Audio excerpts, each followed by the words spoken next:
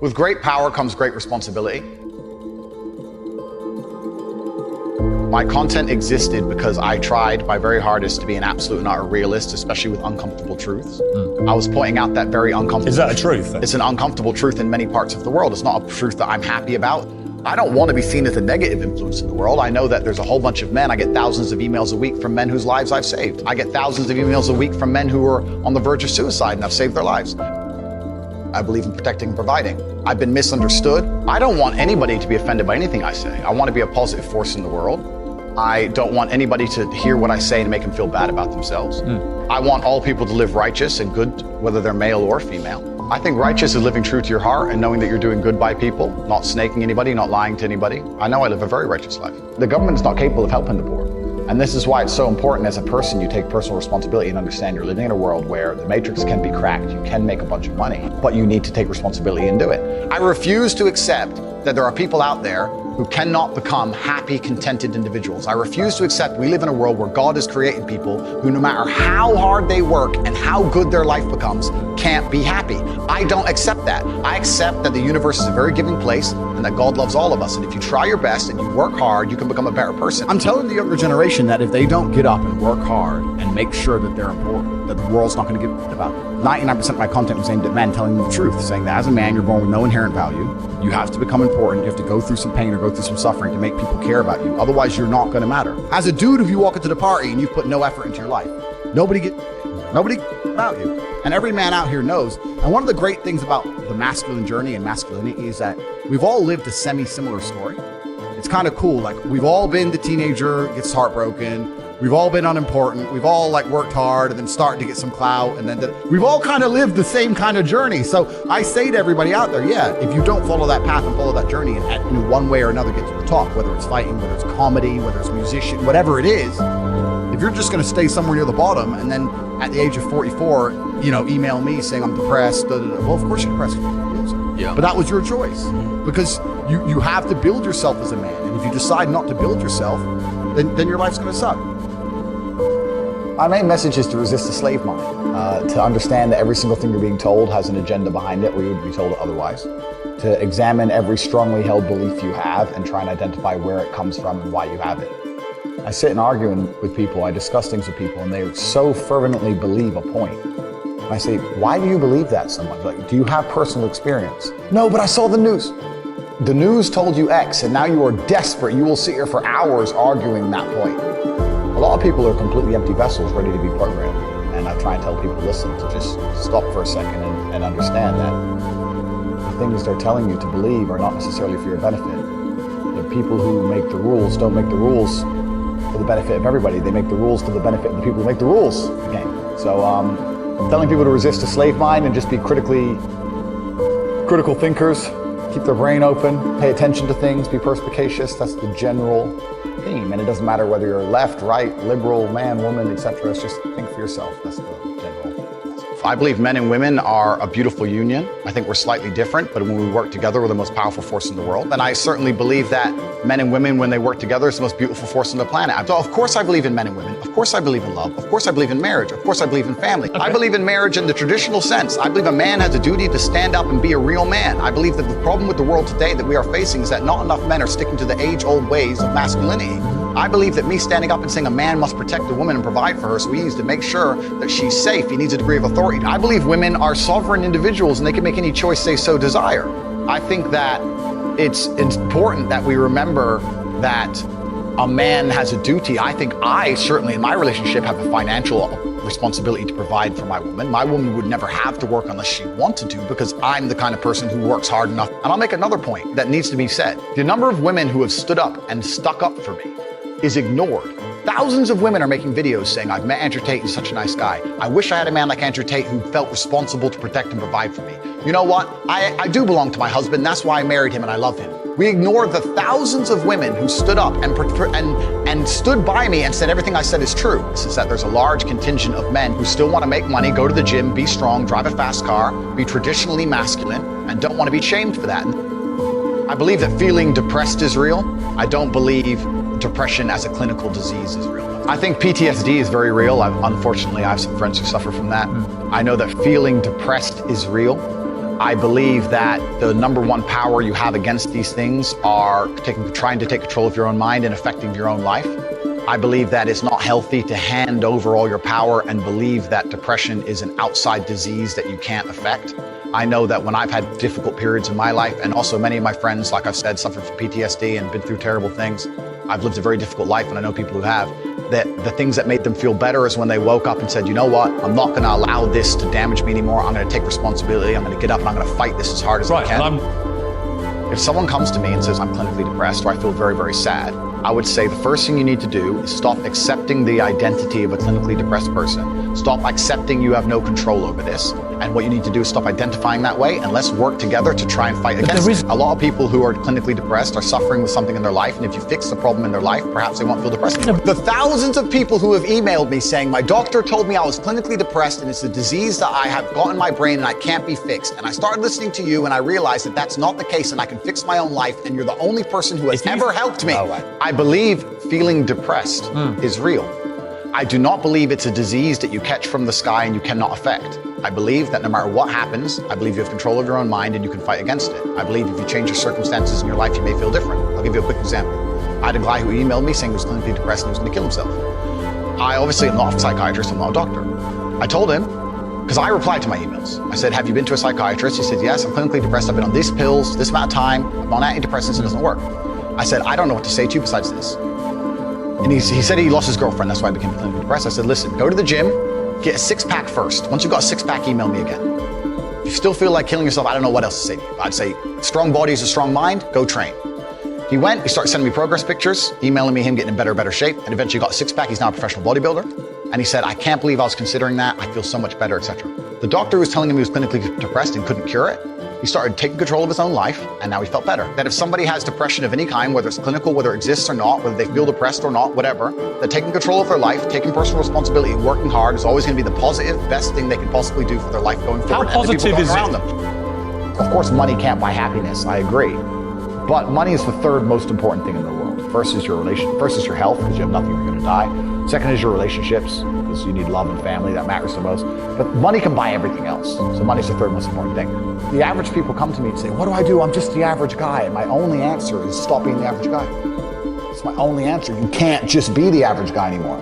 The idea from the 1950s that you can just be the normal, average, law-abiding, hard-working citizen and you'll have a good life is gone. Any man out here who goes, I'm just going to work hard, do my bit, and obey the laws, and I'll have a good life. No, you won't. No, you will not. Just doing your job is never going to make you rich, because you're just going to be taxed into infinity and you're going to stay broke. So just obeying laws and doing your job now has set you up to be a peon and a slave for eternity. You have to get yourself in a position where you're making enough money. You don't know what to talk about, then you don't understand money. So go learn how money works. Learn how a bank works. No, sit on YouTube for free. You don't just pay 50 grand in 4 years at a university. Go sit on YouTube and understand money, banking, or the real estate market, any of it. Understand the last housing price crash, why it happened.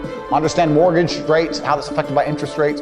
Understand it, and then go sit with someone else who understands it and talk about it. People should, even if they haven't got a penny in the world, should be going to these meetings about real estate, about investing, especially if it's cheap, they should go. Just meet other people who at least have money. Have conversations about money, talk about it. How are you gonna get what you don't talk about?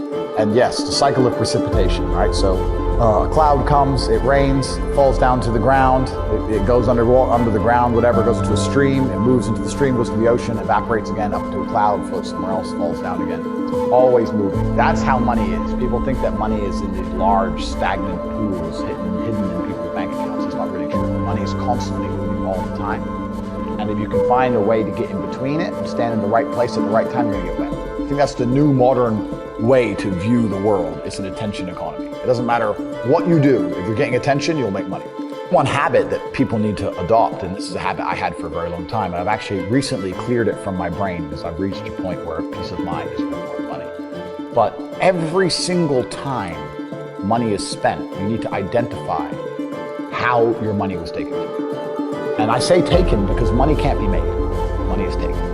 Because the only people who can make money are governments. If you're a government, you can make money. Print it or a bank. But if you're a person, you're not making money. You're convincing other people to give it to you. You're taking money from others. So So every single time you spend money on anything, you need to identify how it was taken. When you go and buy a coffee, don't just go buy the coffee and sit down. Sit and say, why did I buy this coffee? Okay, I really want coffee. Yeah. But then why did I go into this store and not that store? Is it better advertising? Does it have less of a line? Do they have seating? How did they convince me to come in here? How much did this coffee cost? £6. What's the profit margin on that? Probably £5.50, £5.80 probably by the time the cup probably costs more than the coffee. The coffee is just water. How did they convince me to spend £6 in this place? And when you sit there and analyze, and you also start to learn little lessons about business, you'll learn about the importance of the signage, you'll learn about the importance of there being no queue. Yeah. So that if you ever run a business, I say with my business, my people all the time, faster. All the time, quicker. Yeah. Like I have a couple businesses that are physical. I'm like, I don't want to see a line. I don't want it to see empty, so it looks bad. So when there's lines, you work fast. When we're down to 1 or 2 people, you take your time, you talk to the customer. Right. Keep it so there's like always one person at the thing. Like manage the line. Like people don't think about this stuff. No one's gonna sit and wait in a long queue. Maybe some idiots will, but people like me won't. We got shit to do, right? My time's worth money. I'm not gonna stand and wait in a line. So you have to identify how your money is taken from you. If you start doing that with every single time you spend anything ever, you're gonna start to identify business opportunities. And you're gonna sit there and you're gonna have coffee and you're gonna go, you know what? They could have sold cake and they didn't. Could I outcompete this place? Let's imagine I had the money to start a coffee shop right next door. How would I outcompete them? Well, I'd have cake. They don't have cake. Also, most people in here are businessmen.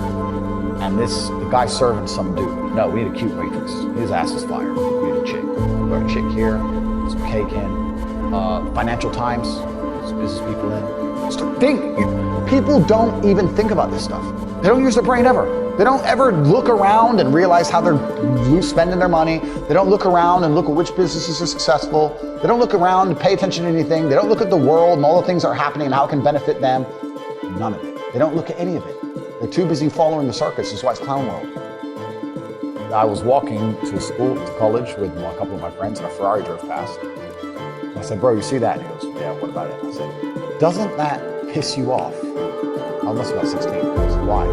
This dude has 400 G's for a car, 400 grand. I'm walking 4 miles to college because my mom hasn't got any car. He has 400 grand. Do you think he works a job? Do you think he's behind a counter somewhere? He knows something about the world that I don't know. And they were like, well, he's rich. I'm like, yeah, I know. I didn't say he wasn't rich, dummy. I'm saying he knows something about the world I don't know. And I was intrigued and it angered me. I couldn't sleep for weeks. I was pissed off. Every time I saw somebody with genuine money, I understood that everything I was being told and taught and they were trying to make me believe just simply wasn't true. I was like, none of these people are getting these things by following the path that the system is trying to make me follow. And everybody intrinsically knows this.